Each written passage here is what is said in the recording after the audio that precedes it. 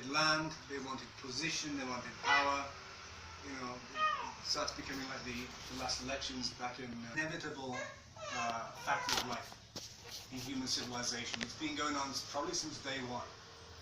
No matter how we try to, how do you say, position our way out of those sort of situations, it still happens eventually. Of course, in this situation with the war at Kurukshetra, we can say it was a war. It certainly was a war against good and evil. Most wars that are fought today don't seem to be so black and white. A lot of it is in the grey area. There's not so much good and evil. A lot of it has some other motivation. Yeah. So Kurukshetra was very special in that way. So at that time, when just before the war started, the first day, which was today, it was an 18-day war. It went on for 18 days.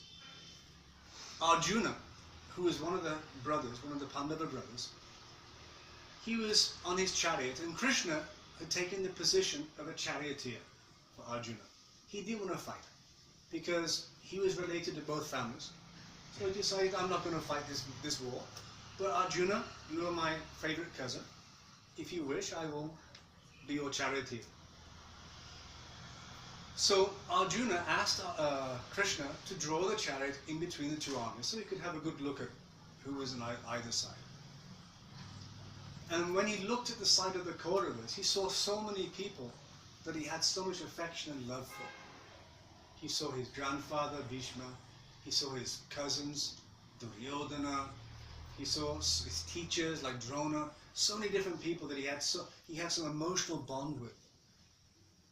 And he told Krishna, I can't fight them. They're my superiors, they're my blood relatives, they're my friends. How can I fight them? Better I don't fight them at all. So this was the scenario which begins in the Bhagavad Gita. So Bhagavad Gita is known as an Upanishad. I'm sure everyone's heard of the Upanishads. Upanishads are a classification of Vedic literature. Literally, Upanishad means to sit close by. Upanishada. Nishada means to sit, and Upa means close by. Because in the Vedic times, the teacher, he would give the class, he would speak, and the students would sit very close to the teacher, and he would impart divine wisdom to those students. So, Upanishada. So Gita is known also as Gitopanishad because it is the essence of all the Upanishads. Now, if you read the Upanishads, if you've ever tried reading the Upanishads, very difficult to understand actually. There's basically 108 Upanishads. Actually, there's more than 108. But then there's some lists that give 108 Upanishads. Out of the 108, there's 10 Upanishads, which are the most important. And if you try to read those 10 Upanishads, you'll crack your head. First of all, to read the Upanishads, you have to have some understanding of Sanskrit. Many people translate into English, but frankly speaking, English, as an Englishman, I can tell you for a fact, is not a very good language to explain things in Sanskrit. Sanskrit is a very difficult language to understand, and when you try to translate that into English, you're going to have problems actually. But what to do? We're all mostly English speakers or French speakers or Spanish speakers or so on. So actually, Spanish and French and other romantic languages have more words to explain certain things in Sanskrit than English does. English is a very difficult language. English are very difficult people as well, but English humor is even more difficult to understand. Only English people understand English. So Sanskrit is, and of itself, a very particular language, and to really understand it, you have to learn Sanskrit. But as I said, it takes many years to learn Sanskrit. It's not an easy language to learn. Actually, to learn Sanskrit, literally it'll take you 12 years to learn Sanskrit. And there's two types of Sanskrit as well. There's Vedic Sanskrit and there's what is known as Laukika, which is common Sanskrit. So as I said, you start learning, trying to read the Upanishads, you'll crack your head. It's not easy to learn. And they're so ambiguous as well.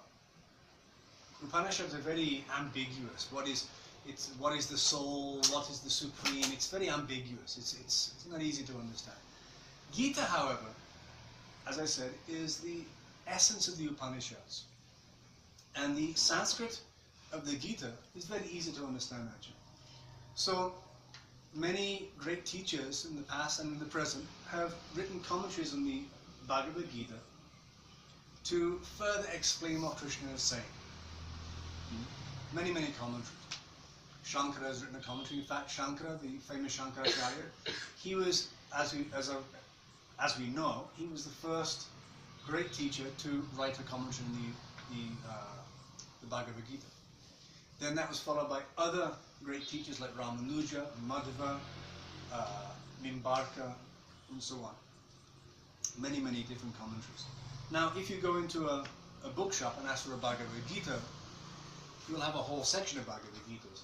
And you'll be cracking your head, well, which one will I choose? Shall I this one or this one? Now you have all sorts of Bhagavad Gita. Bhagavad Gita for business studies. Bhagavad Gita for stress. Bhagavad Gita for golf. There's actually a golf. Gita on the Green. There is a Bhagavad Gita. There's a film made, I think, called The Legend of Bhagavans. I never saw it, I heard about it. But Bhagavans meaning Bhagavan. So they just took a golf story and sort of interwove the Gita into it. So you also have a Gita for golfers. Gita for everything. So if you're trying to know which Gita shall I take, it's complicated. So you have to figure out which Gita you're going to take. Now, the Vedic process, the traditional Indian process, is a parampara. Most of these Gitas are written by people, are not written in a parampara. A parampara means a particular school of thought. Nowadays, anybody who has even a smidgen of knowledge of Sanskrit, he writes his own commentary on Gita and says, well, I think Krishna says this. I think Krishna means that.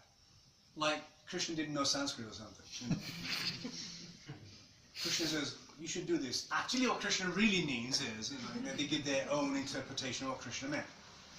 So that's not good. Krishna is very clear what he's talking about. But commentary helps in order to further expand our understanding of what Krishna is talking about. But not that we are going to override Krishna and say, well, shut up, Krishna, you know what you're talking about, actually. What you really meant to say was this. Not like that. So there's a parampara.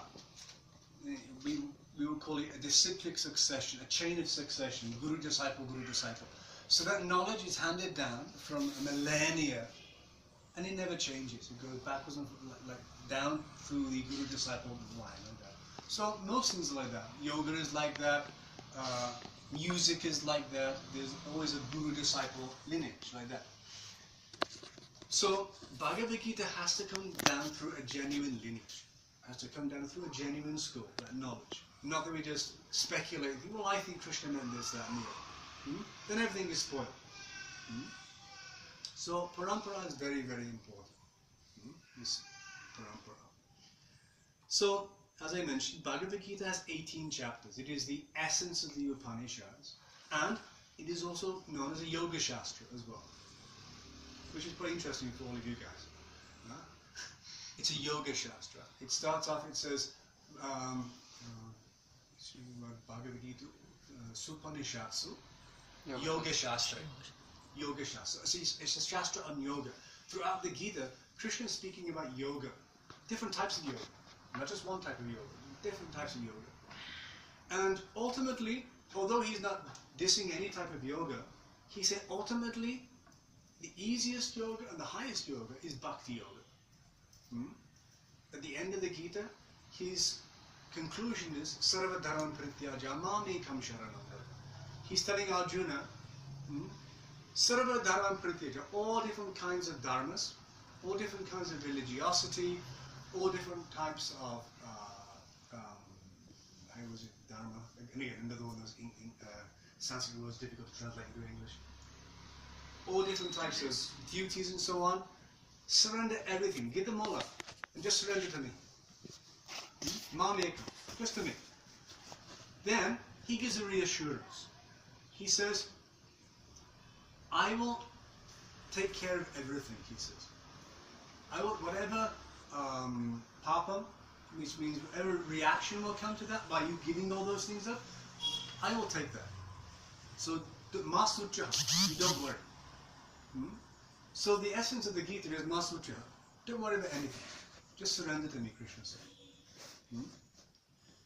So, Gita has many, many different aspects. In those 18 chapters, so many different things are spoken about, so many subject matters. The second chapter of the Gita is basically where the Gita begins. Gita begins in the second chapter, which is known in Sanskrit as Sankhya Yoga. Sankhya means to count. Literally means to count. But basically here, Sankhya means it's a list, you can say, or a conglomeration of everything that is spoken about in the rest of the Gita. It's like a summary. So, second chapter starts with the most fundamental knowledge of spiritual life, which is the Atma. Now again, Atma is translated in English as soul.